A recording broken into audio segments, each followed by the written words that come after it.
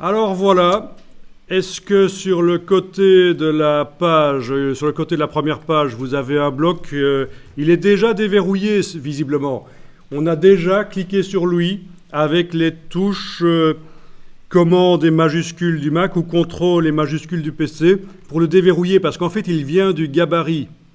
Il vient du gabarit, si je vais voir dans la palette page, on a un gabarit qui est utilisé par toutes les pages. Donc déjà, si je regarde sur toutes les pages, je vois que c'est le gabarit A qui est utilisé. Et il est là, le gabarit A. Et dans le gabarit A, vous pouvez double-cliquer sur lui pour aller voir. Dans le gabarit A, on a mis un bloc qui est là, un bloc qui a la même largeur que l'image de l'écureuil sur la page de droite, là. C'est donc un bloc qui va nous servir pour aller créer rapidement d'autres blocs images. On l'a fait déborder un peu sur la page, sinon il n'apparaît pas dans le document. C'est vicieux. Si on l'avait mis comme ça, dans le gabarit, il n'apparaît pas dans le document. Quand je vais aller double-cliquer sur les pages, voilà, je suis sur la page 44, voilà, je ne le vois pas. Il est là, pourtant. Bon, alors c'est pour ça que je retourne là dans le gabarit. Je le fais déborder un peu sur la page, comme ça, il apparaîtra dans le document. Et je pourrais le déverrouiller. Donc par exemple sur la page 44, là il est verrouillé. Pour le déverrouiller, c'est CTRL majuscule sur le PC, commande majuscule sur le Mac, cliquez et le bloc est utilisable, il est libéré du gabarit. Mais sur la page 38, la première page, il était déjà déverrouillé précédemment par quelqu'un. Donc il est directement utilisable.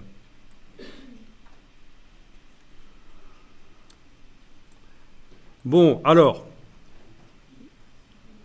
on va faire une copie de ce bloc et l'utiliser pour mettre une image dans le texte. Donc, vous êtes sur la première page, la page 38, vous pouvez déplacer le bloc avec la flèche noire et la touche Alt, ça va faire une copie. Ensuite, on va aller chercher une image sur le web et on va l'amener dans le bloc. Et normalement, il est prévu pour qu'il redimensionne tout seul les images. On va aller tester ça. On va aller prendre une image. Vous allez sur un navigateur web, dans Bing par exemple, pour aller chercher des images qui ont quand même de la haute définition. Voilà, je suis dans Bing. C'est l'équivalent de Google en fait, hein, mais fait par Microsoft. Bon, je vais taper Street View. Entre guillemets, je vais taper public domaine. C'est un des moyens pour trouver des images que j'ai le droit d'utiliser, même pour des documents commerciaux. Je vais aller voir dans la partie images. Bien sûr, vous pouvez choisir un autre sujet si vous voulez. C'est juste un exemple. Alors voilà, je vais maintenant cliquer sur une image qui m'intéresse. Oui, en principe, je pourrais demander l'affichage des filtres par ici. Affichage des filtres. Vous avez vu que je suis passé dans la partie images. Comme dans Google, ça se fait comme ça aussi. Donc, on a le filtrage, faire apparaître les filtres. Et je pourrais demander taille d'image grande pour avoir des images quand même avec pas mal de pixels. Mais bon, comme elles apparaissent pas très grandes dans le document, elles sont la largeur d'une colonne, si je demande taille moyenne, ce sera déjà pas mal. Quoique, ça commence déjà quand même à devenir très petit, je ne dis rien. Il vaut mieux choisir grande quand même. Voilà. On affiche les images de grand format. On clique sur une image qui nous plaît. On doit normalement vérifier sur le site qu'elle est réellement du domaine public et qu'on a le droit de l'utiliser. Ici en bas, vous devriez avoir le mot « Afficher l'image » ou alors quand votre écran, comme chez moi, n'est pas très précis, il y a peu de pixels affichés sur l'écran, vous avez un petit menu « Plus » et vous avez là-dedans « Afficher l'image ». C'est ça qui est intéressant avec Bing, c'est ça qui a disparu dans Google dernièrement, ce bouton qui permet d'afficher les images en haute définition. Vous avez quand même des images bien précises en haute définition là. Vous l'enregistrez, clic droit, enregistrer l'image sous. Vous l'enregistrez dans le dossier d'assemblage que vous avez été chercher tout à l'heure.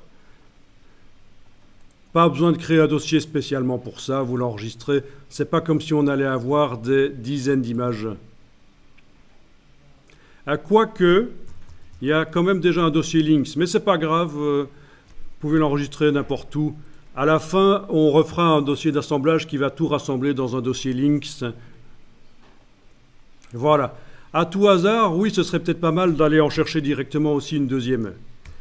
Alors, ce qui compte, c'est la définition des images, c'est-à-dire de combien elles sont composées, combien de pixels les composent, en largeur et en hauteur, c'est la définition. La résolution, 72 pixels par pouce ou 300 pixels par pouce, n'a aucune importance. Ce qui compte, c'est la définition, il faut qu'il y ait du pixel. N'oubliez pas, ne faites pas l'erreur, comme dans Google, de prendre l'image basse définition qui apparaît là. Il faut aller chercher l'image haute définition.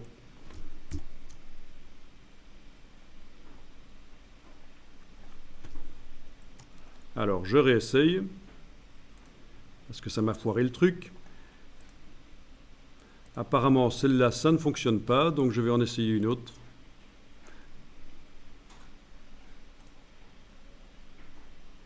Elle n'est pas en très haute définition, mais bon, quand même,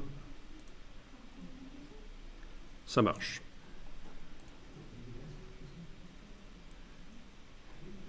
Voilà, je l'enregistre aussi. Ah tiens, je vais peut-être renommer parce que c'est un peu foireux. C'était juste un numéro. OK. Bien, ben on va faire le test dans notre document. On va importer une des deux images dans notre bloc image là.